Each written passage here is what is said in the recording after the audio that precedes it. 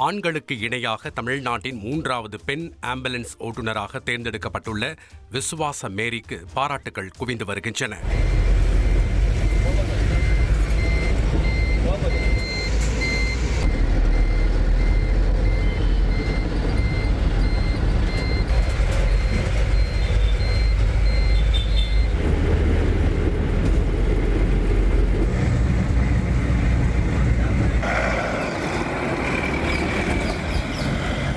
நெல்லை மாவட்டம் வீரவநல்லூர் அருகே மேலப்புதுக்குடி என்ற கிராமத்தைச் சேர்ந்த விசுவாச மேரி எனும் இளம் பெண்ணுக்கு சிறு வயதிலிருந்தே வாகனங்கள் மீது பிரியம் இருந்துள்ளது.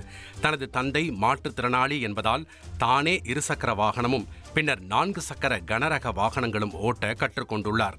இதுபோன்ற சூழலில்தான் சமீபத்தில் 108 ஆம்புலன்ஸ் சேவைக்கு பைலட் போட்டியில் கலந்து கொண்டு எழுத்துத் தேர்வில் வெற்றி பெற்று ஆண்களுக்கு இணையாக ஆம்புலன்ஸ் வண்டியை சிறிதும் பிழையில்லாமல் ஓட்டி வெற்றி பெற்றுள்ளார். இதன் மூலம் தமிழ்நாட்டின் 3வதும் நெல்லை மாவட்டத்தின் முதல் பெண் ஆம்புலன்ஸ் ஓட்டுநர் என்ற பெருமையை விசுவாச மேரி பெற்றுள்ளார். என்னடா கேர்ள்ஸ் இந்த அளவுக்கு ரொம்ப இது பண்ணுறாங்களே அப்படிங்கிற மாதிரி டிஸ்கரேஜ் பண்ணுறாங்களேன்னு மாதிரி இருந்துச்சு.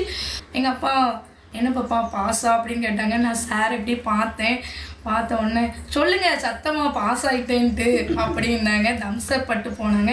உங்கள் டிரைவிங் வந்து ரொம்ப நைஸ் அப்படின்னு சொல்லிட்டு போனாங்க. எனக்கே ரொம்ப பெருமையாக இருந்துச்சு. உள்ளே வந்த உடனே அத்தனை பேர் இருக்கிற இடத்துல அங்கே இருக்கிற லேடி நர்சிங்க்கு வந்திருக்கவங்க எல்லாருமே ரொம்ப சேரப் பண்ணாங்க. உங்களை மாதிரி ஒருத்தங்களை பார்க்க முடியாது அப்படின்னு சொல்லி நிறைய பேர் நிறைய கங்க்ராட்ஸ் பண்ணாங்க. திருநெல்வேலியில் அரசு உதவி பெறும் பள்ளியில் கல்வி கட்டணம் செலுத்தாததால் +2 மாணவர்களை காலாண்டு தேர்வு எழுத அனுமதிக்காத விவகாரத்தில் மாணவர்கள் மீண்டும் தேர்வு எழுத நடவடிக்கை எடுக்கப்பட்டுள்ளதாக மாவட்ட முதன்மை கல்வி அதிகாரி தெரிவித்துள்ளார்.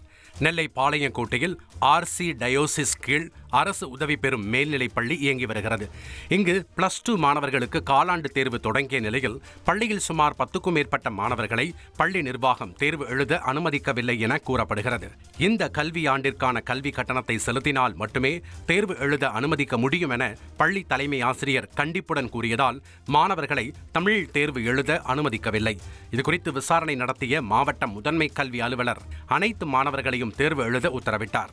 மேலும் தேர்வு எழுதாத பாதிக்கப்பட்ட மாணவர்களுக்கு மற்றொரு தேதியில் மீண்டும் தமிழ் தேர்வு நடத்த உத்தரவிட்டார். உங்கள் தந்திவன் தொலைக்காட்சியில் செல்வி தினமும் பிற்பகல் 2 மணிக்கு காணத் தவறாதீர்கள்.